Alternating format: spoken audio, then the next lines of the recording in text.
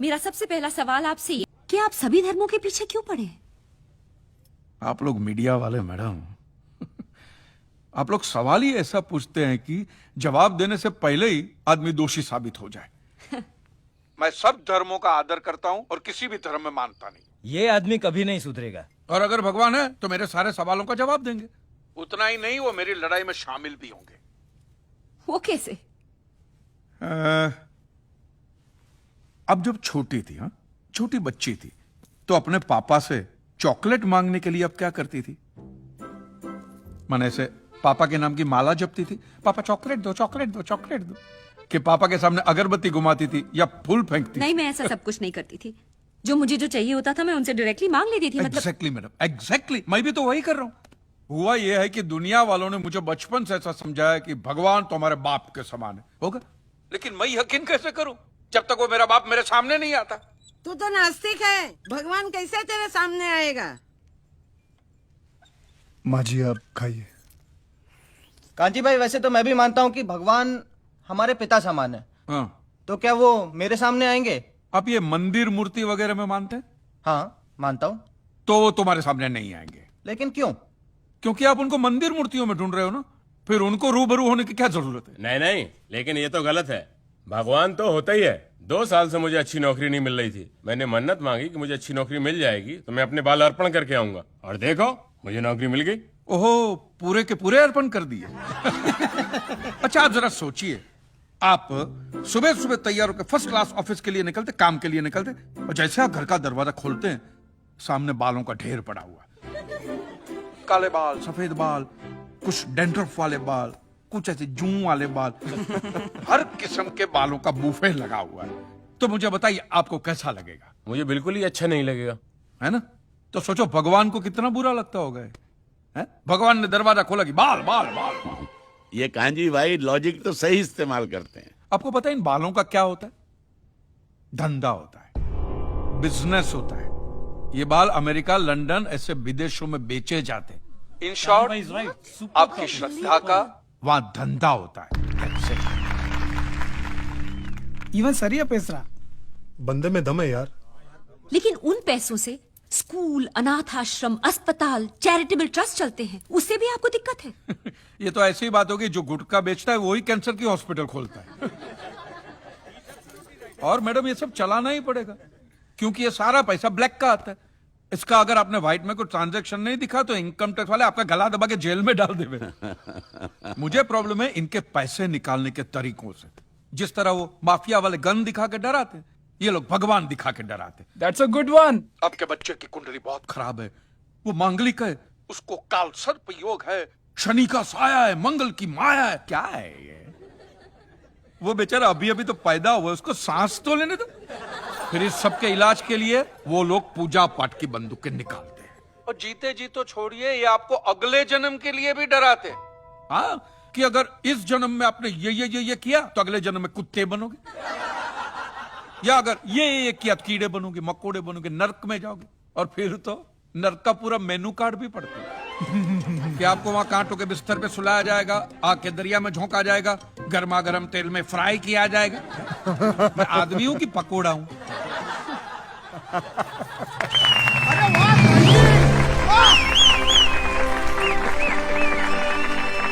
तो आपके हिसाब से धर्म की परिभाषा क्या है? मैं समझता हूं जहां धर्म है ना, वहां सत्य के लिए जगह नहीं है, और जहां सत्य है, ट्रूथ है, वहां धर्म की जरूरत ही नहीं है। बिल्कुल सही कह रहा है। धर्म या मजहब एक इंसान की जिंदगी में क्या काम करता है?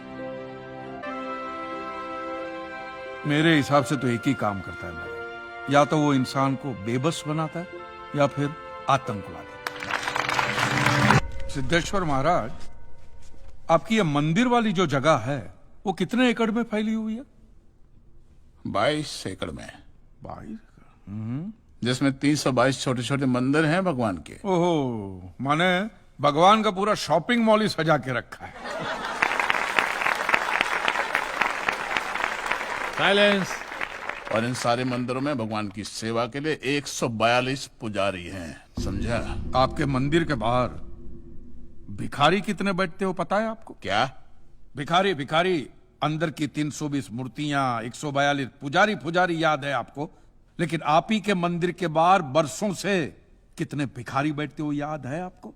मिलॉर्ड, इनके मंदिर के बाहर जो भिखारी बैठते उसमें किसी को भी मंदिर के अंदर एंट्री नहीं है। अब धूप हो बारिश हो बाहर सड़ते रहने का, अंदर पैर नहीं रखने का। ना मत कहना, ना मत कहना। ये आप ही के मंदिर के पुजारी ने मुझे बताया था। उसने तो मुझे ये भी बताया था महाराज कि कांजी भाई, ये केस अगर आपको जीतना है ना भैया, तो हर सोमवार को आइए। तो मैंने पूछा मिलॉर्ड कि मैं कहाँ हूं? तो कहते हैं शिव जी के मंदिर में आइए और 1 लोटा दूध चढ़ाइए, फिर देखिए। मैंने बोला ठीक है, ये भी करके देख लेते।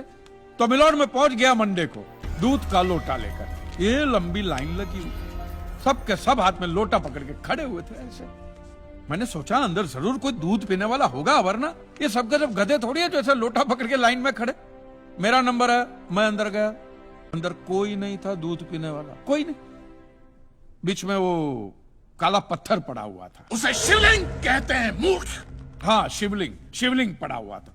और वो पत्थर मिलो, वो पत्थर दूध था। और वो पत्थर के बिल्कुल बगल में से छोटी सी पतली सी नाली में से वो सारा दूध बाहर की ओर जा रहा। मैंने बोला कि यस, बाहर तो कोई खड़ा ही खड़ा होगा दूध पीने वाला। देखा बाहर भी कोई नहीं था। वो सारा दूध मिलो उस नाली से निकलकर बाहर गटर में जा, गटर, टोटल वेस्ट। और वो गटर को लग के एक भिखारी खड़ा हुआ था, बेचारा 4-5 दिन का भूखा होगा महाराज, भूख के मारे वो कांप रहा था। उसको शायद ये दूध ही पीना था, लेकिन गटर में से कैसे? तो उस भिखारी को मैंने मेरा दूध का लोटा दे दिया। और दूध पीकर उसने मुझसे क्या कहा पता है? भगवान तेरा भला करे।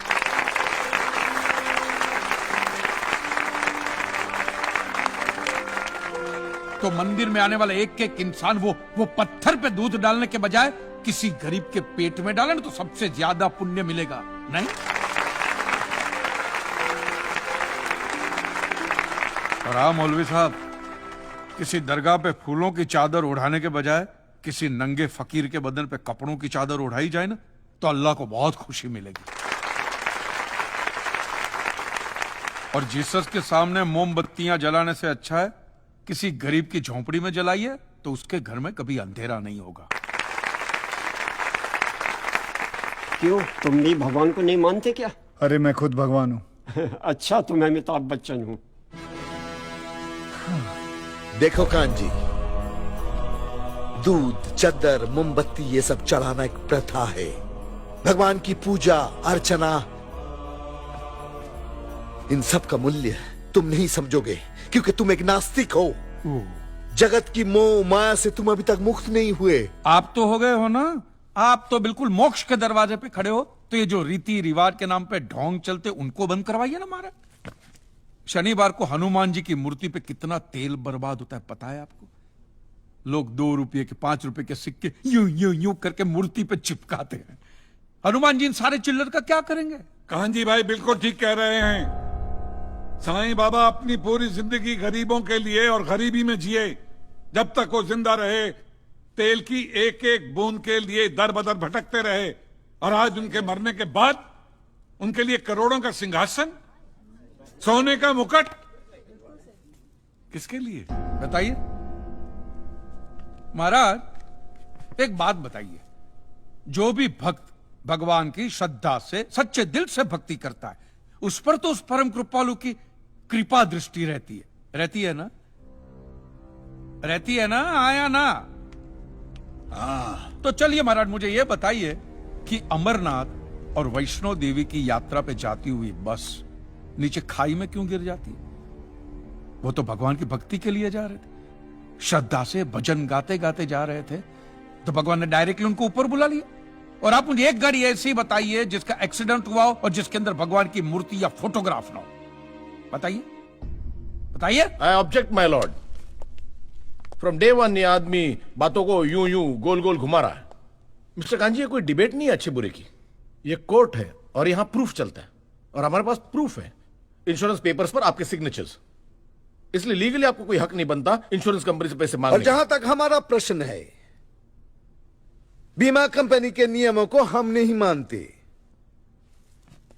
अगर उन्होंने लिख दिया कि भूकंप जज साहब ने करवाया है, तो क्या जज साहब पैसे देंगे? इसी तरह पॉलिसी में भगवान का नाम लिख देने से भगवान पैसे देने के लिए प्रतिबद्ध नहीं होते। अगर आप चाहते कि भगवान आपके पैसे लौटा दे तो ये प्रूफ करो कि ये भूकंप भगवान ने किया है। किया ही है ना? इन राइटिंग है, कहीं लिखा हुआ तुम्हारे पास है? Any proof? मिलॉर्ड, ये mister kanji, court of law में सिर्फ दलीलों पर फैसले नहीं होते। आपकी दलीलें, आपके आर्गुमेंट्स आम जनता के लिए कितने भी वैलिड क्यों ना हो, लेकिन अगर आप उन्हें साबित नहीं कर सकते हैं तो उनका कोई मतलब नहीं। आपके पास कोई सबूत है? No my lord. In that case यह अदालत आपको 1 महीने का आखिरी मौका देती है। अगली डेट पर अगर आप सबूत नहीं पेश कर सके तो I am afraid you will have to rest your case and all others. My lord, अब जो सवाल मैं पूछने जा रहा हूं उसके लिए मुझे एक ज्ञानी पंडित की जरूरत है। तो आप मेरे जो भी कोई ज्ञानी पंडित है वो यहां पे आए। सिर्फ ज्ञानी है, ज्ञानी। हाँ, अब बैठ जाइए।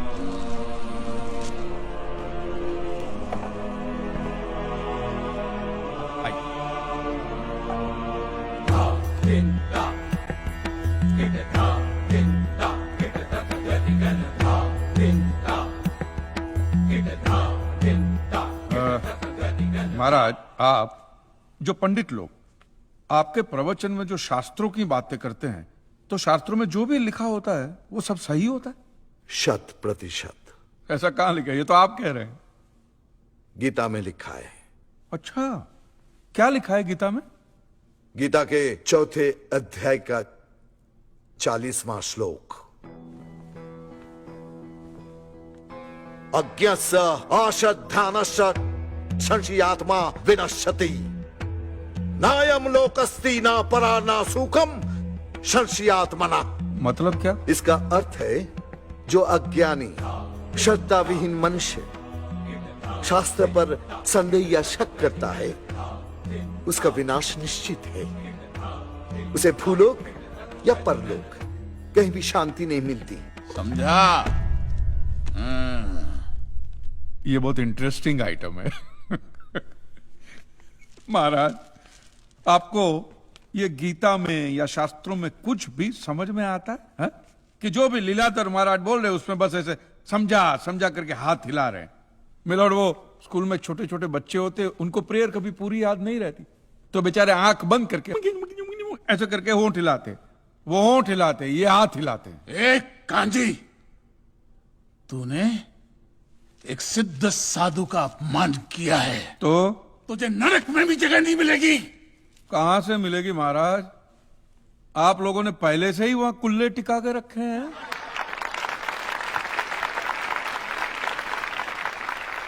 तेरा ये दुस्साहस नास्तिक! क्या कर रहे हैं आप? ये अदालत है। बैठिए,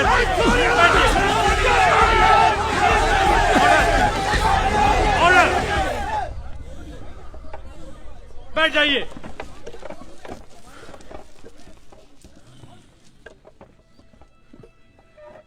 दुखेष्वनु द्विग्न मनः सुखेषु विगत स्पृह वितराग भय क्रोधः स्थित धीर मुनि रुच्यते।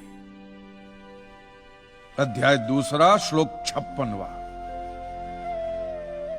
अर्थात जिस मनुष्य के लिए सुख और दुख समान अवस्था है, जो भय और क्रोध से मुक्त है, जो स्थिर बुद्धि वाला है ना, वही सिद्ध पुरुष कहलाता है।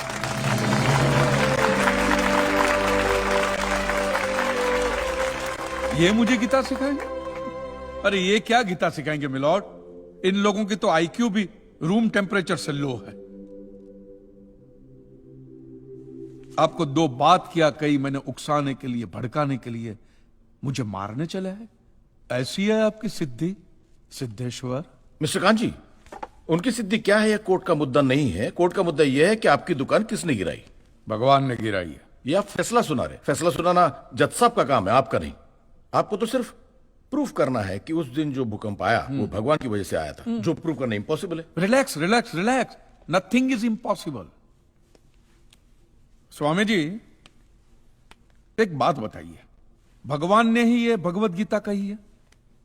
कही है। और भगवत गीता में जो भी कहा गया है वो सब सच है? 100%। Point to be noted my lord. तो मुझे एक बात बताइए कि भगवान ने भगवत गीता के 9वें अध्याय के 8वें श्लोक में क्यों ऐसा कहा है कि पूरी सृष्टि का सर्जन मेरी इच्छा से हुआ, इसका विनाश भी मेरी इच्छा से होगा, ये पूरी सृष्टि मेरी इच्छा के अधीन है, इसके सर्जन और विनाश के लिए सिर्फ मैं और मैं ही जिम्मेदार हूं।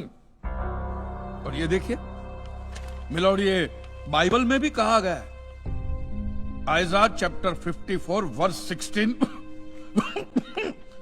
See, it is I who have created the smith who blows the fire of coals and produces a weapon fit for his purpose. I have also created the ravager to destroy. अब ये देखिए, ये कुरान शरीफ में भी है। सूरह जलजला 99 आयत 1 से 8 में भी लिखा है कि जब जमीन अपनी पूरी शिद्दत के साथ हिला डाली जाएगी और जमीन अपने अंदर के सारे बोझ को निकालकर बाहर डाल देगी और इंसान कहेगा कि ये उसको क्या हो रहा है, उस दिन वो अपने ऊपर बीते हालात बयां करेगी, क्योंकि तेरे रब ने उसे ऐसा करने का आदेश दिया होगा। रब ने।